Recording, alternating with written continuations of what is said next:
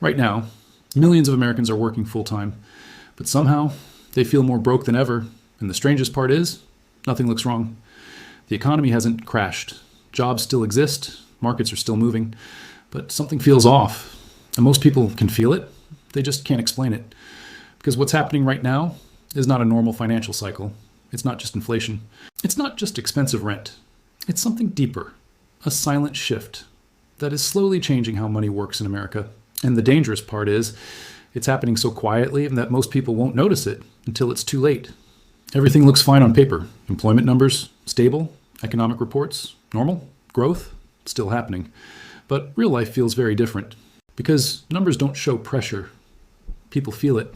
Groceries cost more, rent keeps rising, insurance quietly increases. Every month, something gets heavier.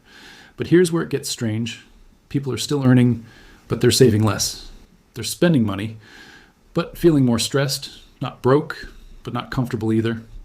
That middle feeling, that's the signal. And this is the part nobody talks about.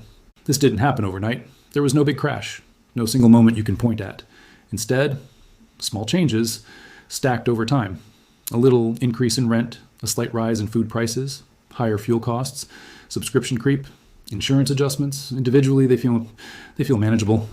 But combined, they quietly destroy financial comfort. And before people realize it, their lifestyle starts adjusting downward. Not by choice, but by necessity.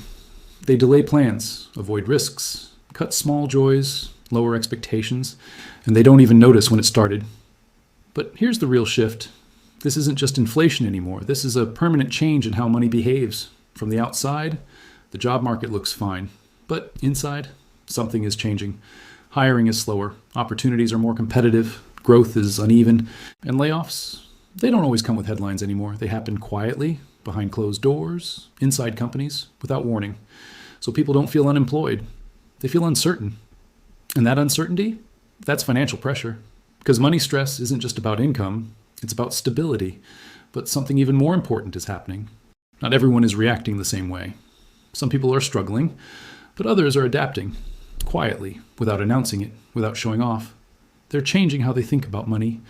Instead of relying on one income, they're building multiple streams, freelancing, remote work, digital skills, side projects.